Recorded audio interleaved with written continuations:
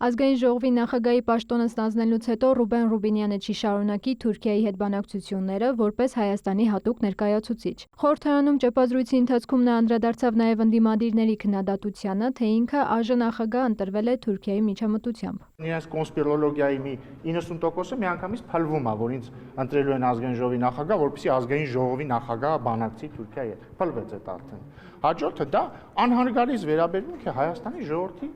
նկատմամբ, որովհետև Հայաստանում բոլոր պաշտոնները միջնորդավորված, բայց ընտրվում են Հայաստանի ժողովրդի կողմից։ Հայաստանի ժողովուրդն է, որ օրինակ վարչապետ Փաշինյանին ընտրել է վարչապետ, ընտրելով քաղաքացիական պայմանագրին։ Հայաստանի ժողովուրդն էր, որ պարոն Սիմոնյանին, Ալեն Սիմոնյանին 2021 թվականին ընտրել է ազգային ժողովի նախագահ, միջնորդավորված, որտեղ ընտրել է քաղաքացիական պայմանագրին, քաղաքացիական պայմանագրին էլ պարոն Սիմոնյանին ընտրել է ԱԺ նախագահ։ Հիմա Հայաստանի ժողովուրդն է,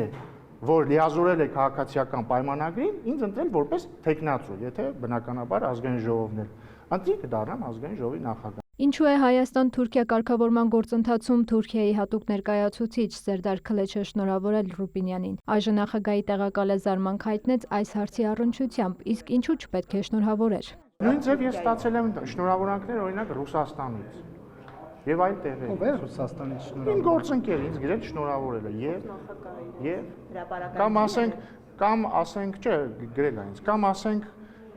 ընտրությունների գիշերը Վրաստանի վարչապետը շնորհավորեց վարչապետ Փաշինյանին։ Ինչ։ Բան Վրաստանի վարչապետի հրահանգով է վարչապետ Փաշինյանը հաղթել ընտրությունները։ Նկատի ունեմ այդ ապուշությունները իհարկե կարելի է ասել, բայց դրանք պիտի հիմք ունենան, հասկանում եք։ Ես այս նույն խոսակցությունները ուղիղ 5 տարի առաջ են եղել, երբ որ Սերժ Սարգսյանի խմբակցությունը եկավ, երբ որ ես ազգային ժողովի փոխնախագահի թեկնածու էի, էլի եկան այդ տխմար հարցերը սկսեցին տալ։ Հիմա որտեղ է Սերժ Սարգսյանի խմբակցությունը։ Ոչ միտեղ քաղաքականապես։ Նույնն էլ սպասվում է ուժեղ Հայաստանի, եթե իրենք որոշեն գնալ այդ նույն ճանապարհով։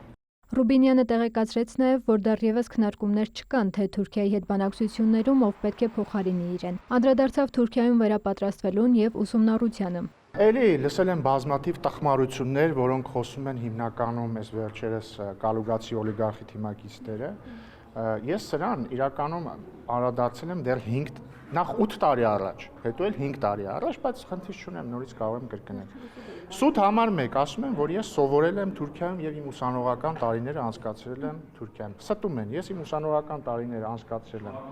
սկզբից Հայաստանում, ԵՊՀ-ում սովորելու տարիներին 2006-ից 2010 թվականներին, հետո Լոնդոնում, երբ որ մագիստրատուրա եմ ավարտել 2010-ից 11 թվականներին, հետո Լեհաստանում, որտեղ կրկին մագիստրատուրա եմ ավարտել 2011-ից 12 թվականներին։ Ես Թուրքիայում համալսարան չեմ գնացել, ես Թուրքիայում ոչինչ չեմ սովորել, ես թուրքական դիպլոմ չունեմ, ես ոչ մի չկա ինչ որ մի մարդ, որ ինձ դաս է տվել Թուրքիայում։ Նրան խոսքով 2016-ից 17 թվականներին 5 ամիս մասնակցել է Հրան Դինքի անվան հիմնադրամի ծրագրին «Սահմանից անդին», որը հնարավորություն էր ընձեռնում հայաստանցիներին եւ Թուրքիայի քաղաքացիներին երկու երկրում մասնագիտական կարողությունների զարգացման կարճաժամկետ ծրագրերի մասնակցել։ Եթե ինչ-որ մեկի Թուրքիայում եղած լինելը համարվում է խնդրահարույց, ուրեմն Հայաստանի բնակչության մի ստվար զանգվածի այնտեղ լինելն էլ խնդրահարույց է։ Այդ տրամաբանությամբ պետք է փակել նաեւ Հայաստանի պետական համալսարանի արևելագիտական ֆակուլտետը։ Խորհրդարանի փոխնախագահի պաշտոնում իր թերևս վերջին ճեպազրույցում կարծիք հայտնեց Ռուբինյանը։ Օգոստոսի 2-ից ձևավորվող խորհրդարանի մեծամասնության ձայները ստանալու դեպքում նա կլինի ազգային ժողովի նոր նախագահը։